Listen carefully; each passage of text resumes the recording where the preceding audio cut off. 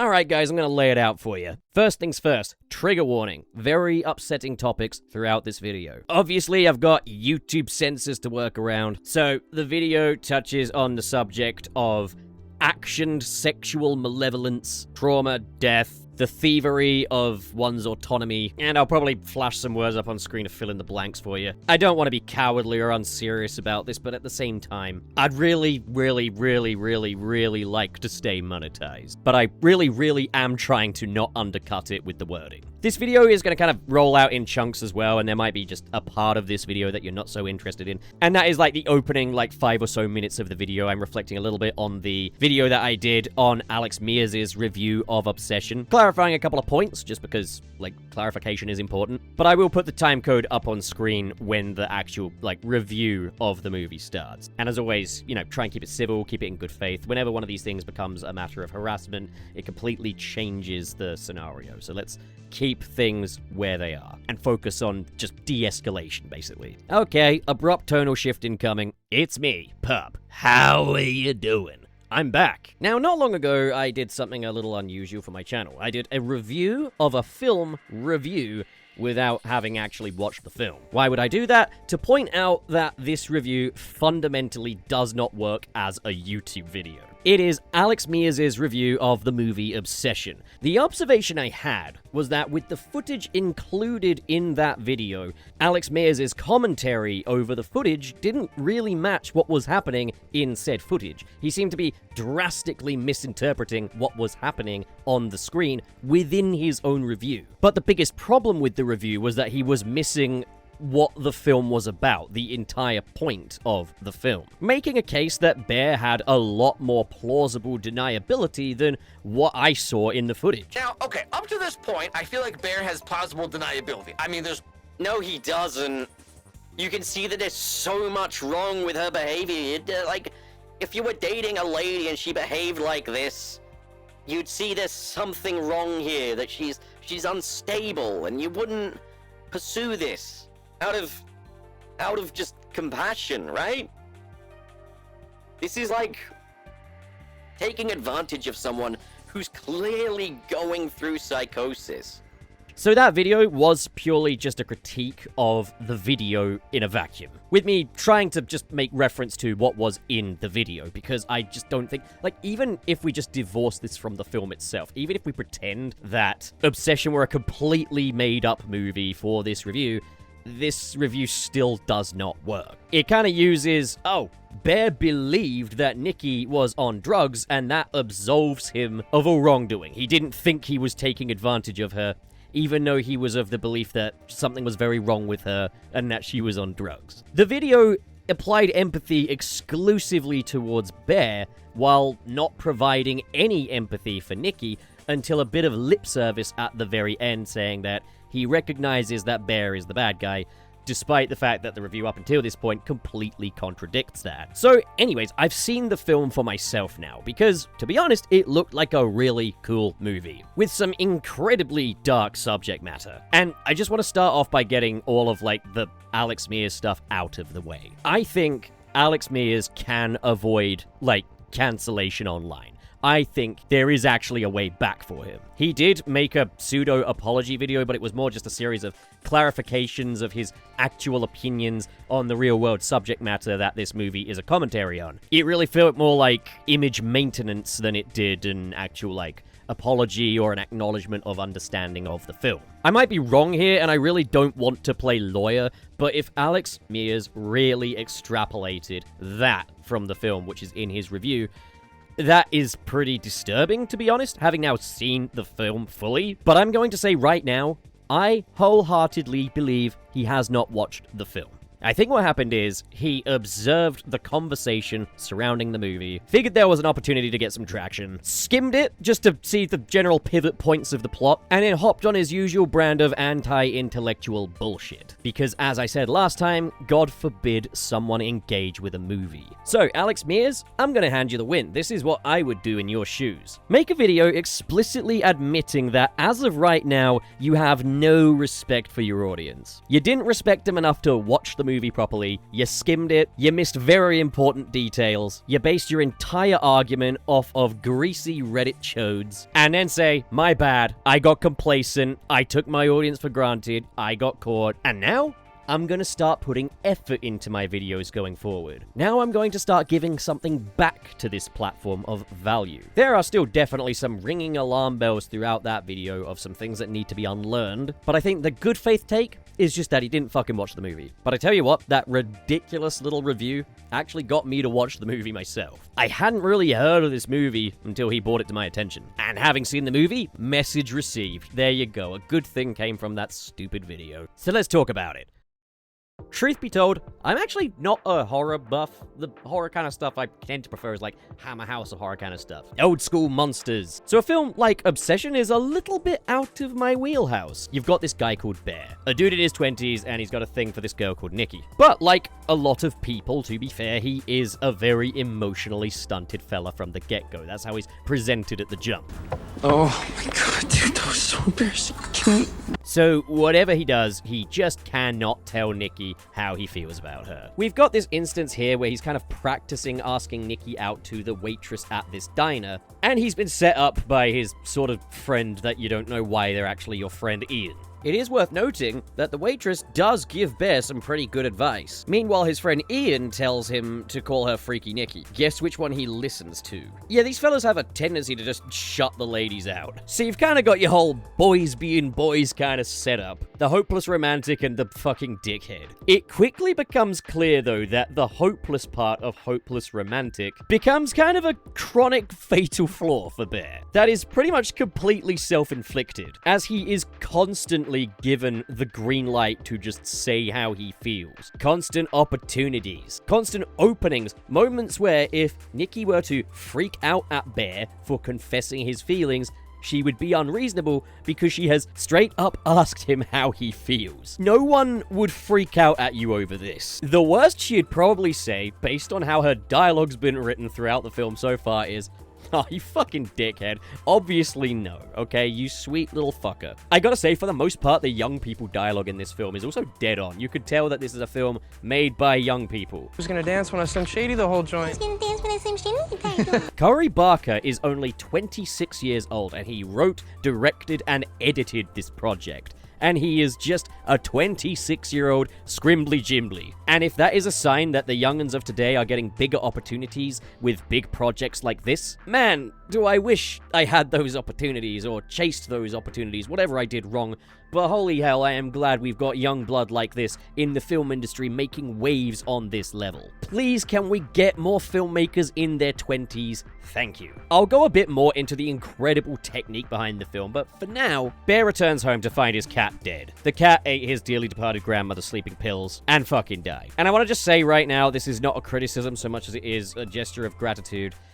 I really appreciate the fact that that dead cat is quite obviously plush. I don't know, just with all the shit that goes on in this movie, I don't think I could handle seeing a realistic dead animal on top of that. In fact, like, even when it comes down to a brutal murder scene later in the film, you can very much tell when it changes from the actor to the prop skeleton. And I adore that. That is classic horror filmmaking. Okay, focus, pup. You can gush about the technique later. Well, anyway, Nikki is leaving the place where all the friends work. And when she's on the phone to Bear saying she wants to see him and that she's leaving that record shop, she drops her crystal necklace down the drain. I just dropped my crystal necklace down the drain! I have a problem with this. The problem isn't that it's a crystal necklace. The problem is that if she's a crystal girl, she's gonna specify what kind of crystal that is. She's not gonna say, "I dropped my crystal necklace." She's going to say, "I dropped my amethyst necklace," or "I dropped my rose quartz necklace," or something like that. If she's at the point where she's specifying it's a crystal necklace, she's gonna go all the way, dude. You see that, Cory Barker? 0 out of 10. Show some goddamn specificity. Yeah, but this kind of sets up what Bear's next move could be when he goes to the crystal shop to buy some crystals. Except he doesn't. He instead buys her a novelty toy, a One-Wish Willow. Presumably a novelty toy. But the lady behind the counter does mention that most people just keep them in the box as a collector's item, or just a little memento. Most people don't really make wishes on them, but those that do tend to be very, very damaged people.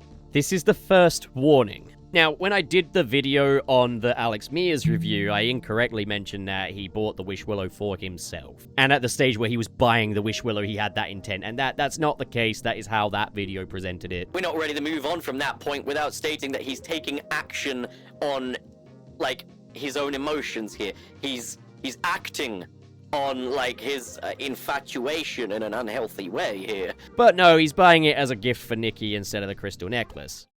But this is kind of just a tiny inkling of kind of where Bear's priorities are at. He cares a bit more about having authorship over this present, over getting her something that he knows that she actually likes. But that's the thing, there's a lot of things, a lot of cues that he should be picking up on throughout this movie. And what retroactively makes Bear much, much worse is that we see that these cues being missed, they're not just really being missed, he's just trying to make compromises for himself, for his own just gain, basically. The plausible deniability from decisions like these kind of vanishes when you have the full context of what he goes on to do next. I'm also going to say, okay, I did kind of over-egg the pudding of him wishing on the Wish Willow being a mistake. You wouldn't normally assume that something like this would work. All the more reason he should have gone for the crystal necklace because this thing is fucking useless. But again, it's like, okay, could this be a selfish decision or could it just be him trying to kind of make it personal, add a personal touch? I think as the film continues on and we see his decision-making process,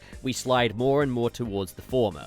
Every action he seems to make is kind of a selfish one. He wants to be with Nikki, but he's completely unwilling to sacrifice his dignity to do so, even though he sacrificed a big chunk of his dignity in the diner with the waitress, proving that he is capable of doing this. Another thing I do want to note is that Ian suggests that he refer to Nikki as Freaky Nikki, as kind of a flirt, and anyone can tell you from the front that's a bad idea. Nikki even mentions that he should know that she doesn't like that. And I'm kind of taking her at her word here, admittedly. But here's the thing, in doing that Freaky Nikki thing, it proves that he's kind of gullible and easily manipulated, right? He's taking Ian's advice, and it's going wrong because he's a gullible motherfucker. Up until the point where he's told that the Wish Willow is actually kind of dangerous by the store clerk. At the same time, I can kind of imagine you thinking, yeah, okay, alright, you know. I've seen enough episodes of Treehouse of Horror to know that this is probably a sales gimmick. So after the scene where he drives Nikki home, he fumbles the bag like 85 times in quick succession as she gives him opening after opening after opening to confess his feelings. Just green lights all the way. But he doesn't. No, I feel like I need a big life change. I'm not feeling love, and I want to feel love. You know, you're the only person that I get to really talk to about this stuff. You're not a complete brick wall. When I have a crush on a guy, no one knows. I was gonna ask you, I lost my train of thought. Do you like me? No. Could it be that he's emotionally stunted?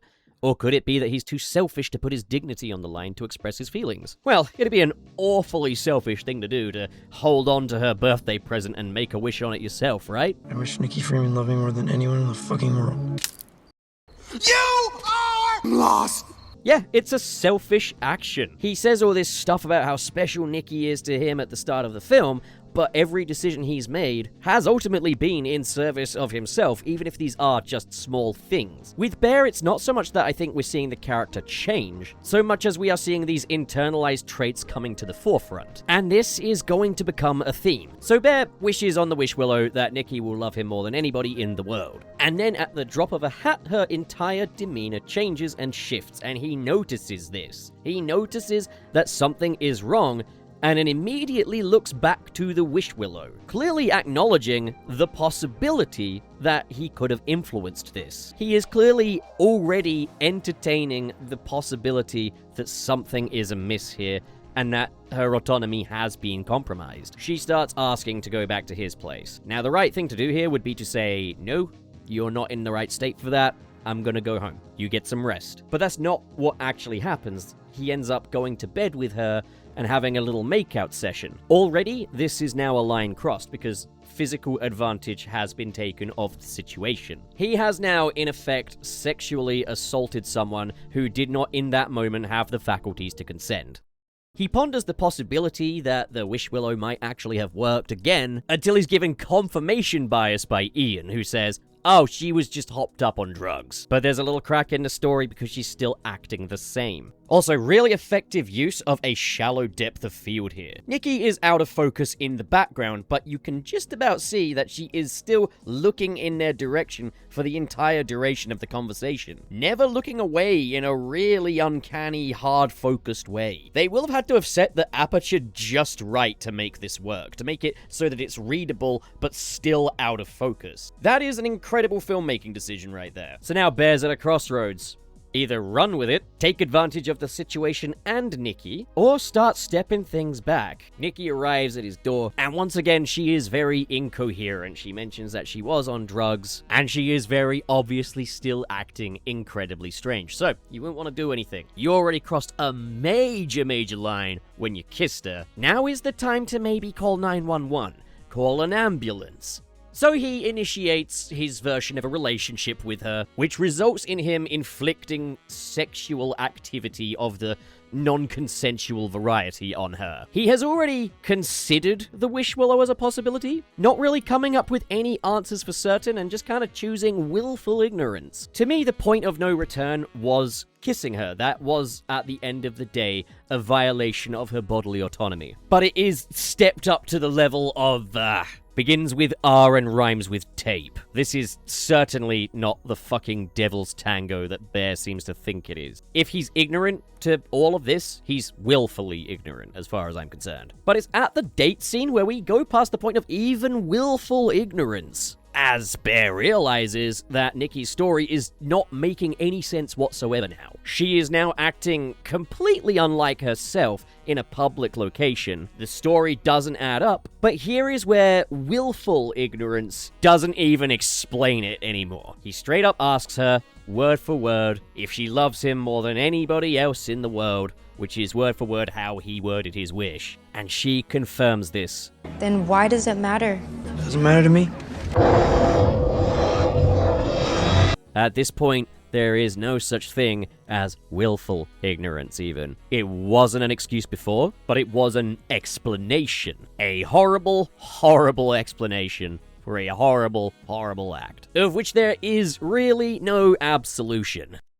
Thing is, prior to this point, there are multiple moments where there is zero absolution available. For one, there is the scene where Nikki's body, as controlled by Bear's wish, creates a rather grim, macabre candlelight visual of Bear's cat. At this point, 911 really is the magic number. There is no plausible deniability at the cat candlelit vigil, people. And this was before the point where she basically repeated his wish back to him. As far as I'm concerned, Bear is not a good guy gone bad. He's a guy that lost all plausible deniability. A guy that showed his true colors and through his actions went from a piece of shit to fucking volcano chow. Just fucking feed him to it. Die, abuser, die. And from here, things only tumble further and further down. The severity of Nikki's behavioral changes increases the more that he forces himself upon her. Now, I don't know if the film makes a direct reference to this and I just missed it,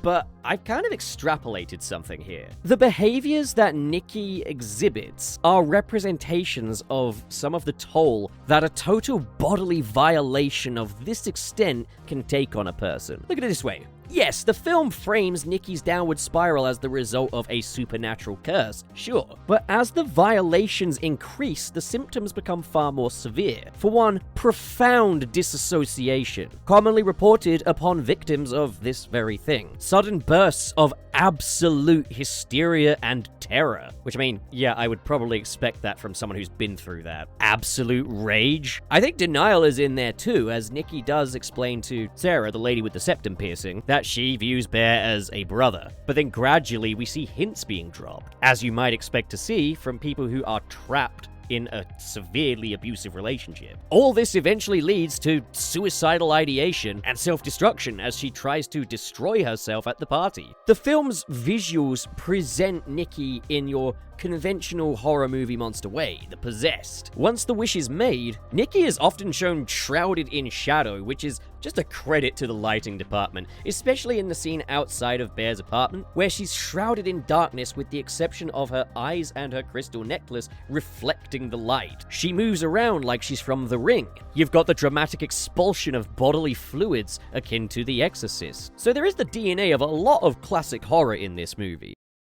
There's one particular moment as well where you do not realize that she stood outside the window until she moves. She's just been looking through that window, shrouded in darkness the entire time, and you didn't even realize it. Indy Navarrete does this performance with absolute pinpoint precision, especially the scene where she stood in the corner of the bedroom, asking why Bear doesn't love her, softly crying and whimpering, demanding he go back to sleep, switching between moods erratically. And again, Kari Barker knows just how to time these jump scares as well. Why don't you love me? The wait between her going from whimpering to screaming is agonizing, but you can feel it coming. And Indy Navarrete's performance, again, laser point precision here. Does not miss a beat. This is an all-timer performance right here.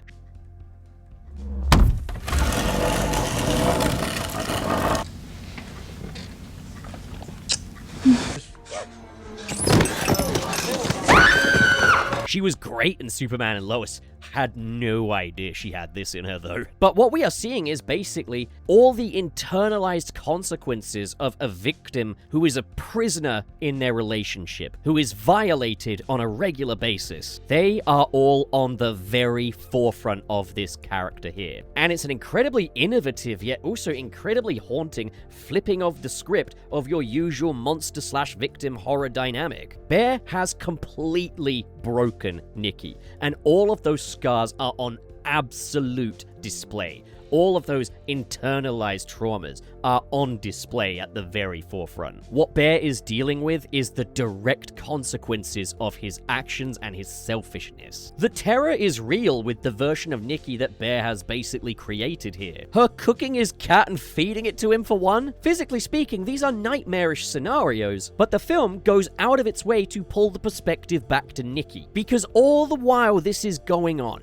the cooking of the cat, the killing of Sarah, and every filthy act that Bear subjected her to, the real Nikki is basically in the passenger seat of her own body. And we actually get a little insight as to what she's experiencing here when Bear calls up the company that made the Wish Willows. He gets to hear the actual Nikki, and it is screams of absolute terror. And what's really bad here is that Bear makes this phone call with the intent of altering the wish, not undoing it after all this. And he finds out that to undo the wish, he has to destroy himself. But the first thing he does is go to the shop to try and get another Wish Willow. He gets one, and then I shit you not.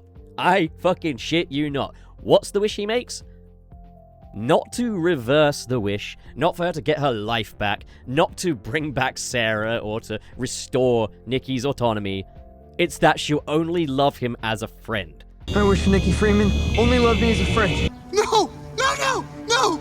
He feels like after all this, after all he's put her through, you don't need me to list the specifics at this point, he still wants her to love him as a friend. And you know what's interesting is, like, well before this point, I'm kind of like, there's no going back from everything you've done. And now we're in a situation where everybody is a prisoner. Nikki obviously being the ultimate prisoner because she had no choice in the matter, and all of this was inflicted upon her without her consent. To a lesser extent, Bear is also a prisoner in this scenario, but the difference is he is the perpetrator. The scenario he's in, people are dying left and right. There is no chance of a normal life for him. The difference is I'm not really that sympathetic towards him because of how he really took advantage of this whole situation. And how even after everything, he was still willing to continue fucking with her head by adjusting the wish rather than undoing it. And wishing for her to be his friend after all this would still be fucking with her head, because no one in their right mind is going to be friends with a person like that after everything he's done.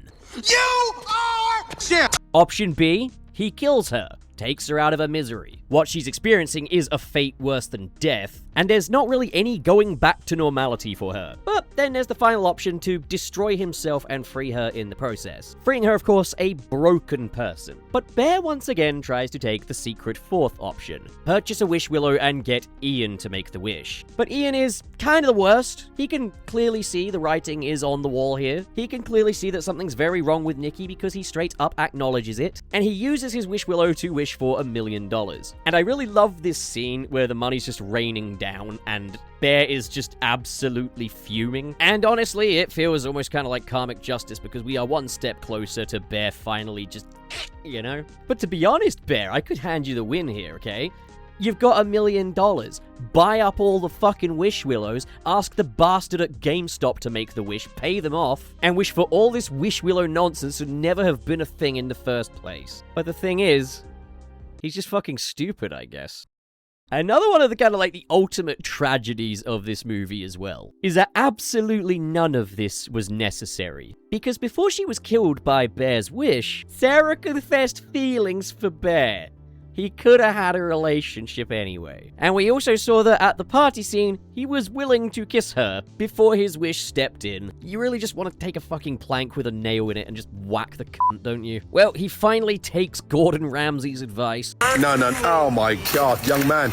Kill yourself! But it's funny, even here, he once again chooses the path of comfort at the expense of prolonging Nikki's suffering just a little longer. He has a chance to just shoot himself in the head. And I guess, you know, if he does that, boom, immediately, Nikki will be restored. Life ruined completely, by the way. There is no happy ending, but hey, at least it saves her some valuable extra seconds of life, right? But then he reconsiders and takes the sleeping pills. One technique I really like, though, is as he gets closer and closer to taking his own life, Nikki's banging on the door calms down, and Wish Nikki actually starts offering Bear a little bit of distance. But here we come up for the part that completely rounds off Bear's absolute cowardice. He tries to cough up the pills. Fortunately for us, Wish Nikki makes a wish of her own on the remaining wish willow, that Bear will love her more than anything in the world. And because of this, he doesn't swallow the sleeping pills. He forgets all about it. And because she's wished that he will love her more than anyone in the world, for the first time in this movie, we hear him say the words, "I love you," which goes to show it was never love, it was obsession. Then Bear finally fucking dies, and Nikki is a free but fucking broken woman. I'm not gonna lie, it's not often that horror kinda activates my fight or flight, but the very second Bear started kissing Nikki, this became a progressively more unpleasant experience. But I think it showcased in a very valuable way that puts things really into perspective what a victim of the kind of person Bear is goes through. And there is no happy ending here. While Nikki does now have control of her own body again, there really is no going back to the life she once had. Even during the credits, you can hear the sound of her crying, and it is the real Nikki. So while she does have control of her own body again, she's not truly free. There really is no going back from this. But then Bear's fatal flaw is his cowardice. It destroys everyone around him. And it puts those kind of boys will be boys ways that I referred to earlier at the start of the film into perspective. The film is a wake-up call to those of us who have been lucky enough to never experience the kind of violations that Nikki was put through. And at the end of the day, we have to be real here, this is still only a movie. But, like,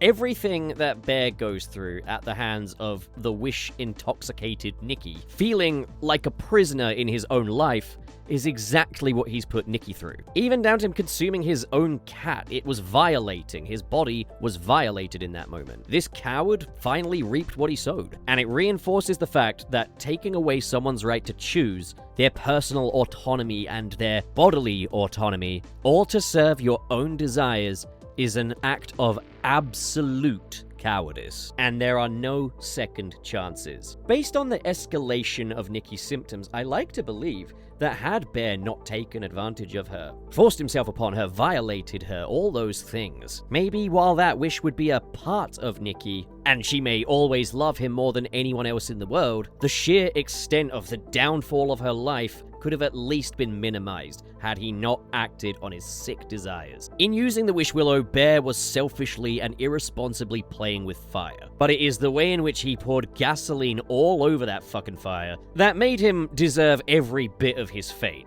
The tragedy is, Sarah didn't deserve her fate, and good gosh, Nikki did not deserve any of that. I think Kari Barker has really elevated the horror genre with this one, given it an important and haunting message. And the bottom line is, the one singular fatal flaw was that at every single turn, Bear acts in service purely of his own unrequited feelings over any kind of genuine, respectful bond that he could have had with Nikki. And because this is a real person that exists in the world, there are many people just like Bear, it's a real problem, kind of makes him the ultimate horror movie monster, not the one shrouded in shadow and screaming. I hope everyone involved in this project goes on to have incredible careers, because the sheer skill on display, the acting, the filmmaking technique, the cinematography, the lighting. The music is also incredibly atmospheric, serving the tension perfectly. And just how meticulous and detailed the script is. How it makes it how you kind of can't really misconstrue it. That pinpoint precision of Indy Navarrette's performance is across the entire craft of this film. She naturally, stands out the most in this film, I would say, because of just how demanding this role here is. But to be honest, everybody involved was really locked in on this project. So while the film ends on an absolutely devastating note, I suppose I can end at least this review on a slightly more positive one. We've got some incredible careers to follow. I cannot wait to see what the future holds for everybody involved in this project. So, you maybe don't need to go darker than this one, okay? Don't do that. This was a difficult watch. Right, thanks for watching. Patron read time. We've got KB, Twilord, Biotin, Sirius the Skeptic, and Mr. SP. K.O. Bennett, Convo, huh? Where's the gens rank? Someday, I need big money before I can commit to such a project. Dare Denny, Sad Goku, Ghostly Phantom, Xander Wolf, Neo Metal Pup, Council of Geeks, SSS06, Carlex, RT0, Marv Animation, Grant Allen, Josh Strider, Ben Raven, Basic Content, Gideon Wells, Pressplater Jason, Joseph Tribble, and Cho Henshin. Thank you folks so much for your generosity. Really appreciate it. And as for the rest of you, my channel is indeed the buffet. Every video is food. Go get yourself a plate and make yourself fat. Good night, everybody.